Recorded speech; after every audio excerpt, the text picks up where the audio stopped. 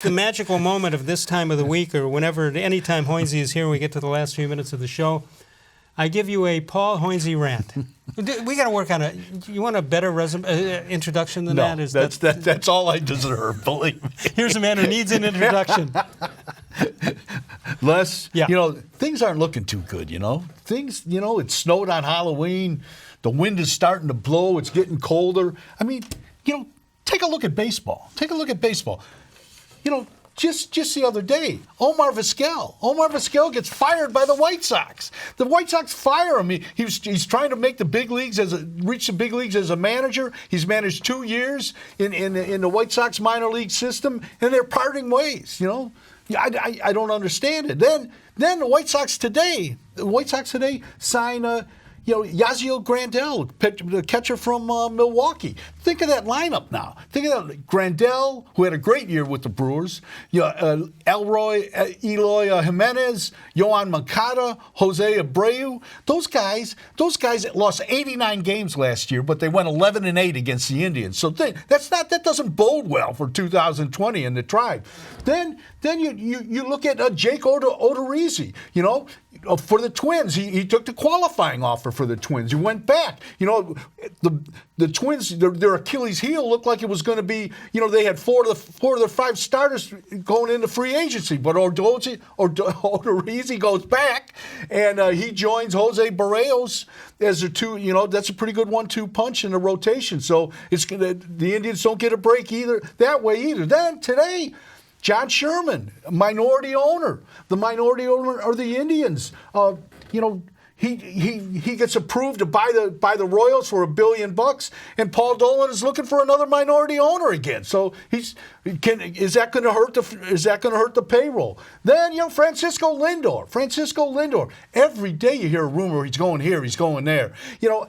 It drives me crazy. I know it's the off season, but it just drives me crazy. And finally, the Astros. The Astros are, today the commissioner said that the investigation isn't just centered on 2017. It's going into 2018 and 2019.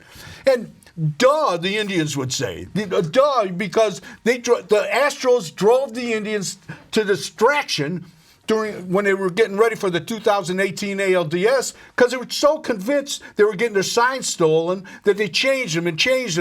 Now, I'm not saying they lost because of that. The Astros were a better team. They swept them, but I think their heads are still spinning because of that.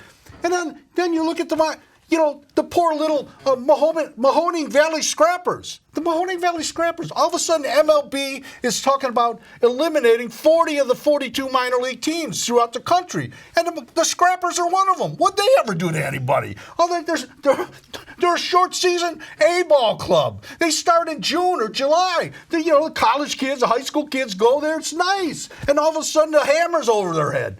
And then you think about football. Myles-Garrett, the fans are, he got suspended. Browns fans are upset. They're looking for, ulterior motives. They said he was, that he was egged on. Listen, guys. He ripped the helmet off a quarterback and hit him on the head with it. You can't do that. You just can't do that. He got suspended. He deserved to be suspended. Then, Damarius Randall, Browns defensive back, gets kicked out of the game because, he went for his helmet-to-helmet hit against a Steelers receiver. He says he's getting death threats on Twitter. He's getting a lot of heat on social media. Darius, get off social media. Just shut down your Twitter account. It's not worth it. Then we've got. Then we got, then you look at the Cavs. Baker-Mayfield. You look at Baker-Myfield. As soon, like 5 minutes after Thursday night's game was over, they had him on the air, and, he was, chastising his teammate, Myles-Garrett, for doing what he did. And the next day, the next week, all we read about is this shows that Baker-Mayfield is the undisputed leader in that clubhouse.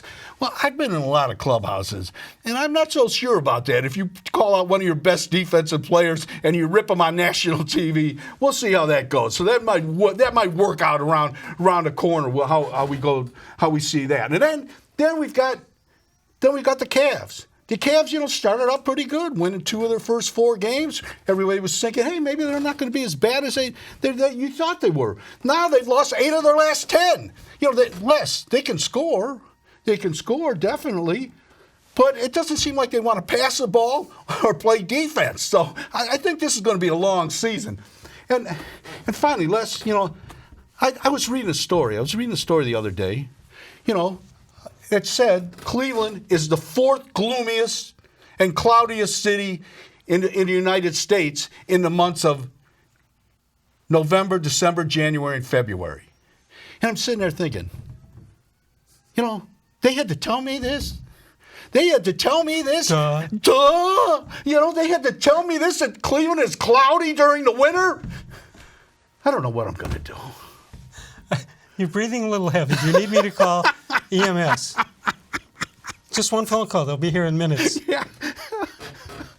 Cleveland's gloomy. Thank you. Wow. All right, Hoynesy, you are well worth waiting for. I can tell you that. Oh. All right. You need a vacation. I need a vacation. I Wait a want minute, we all vacation. do.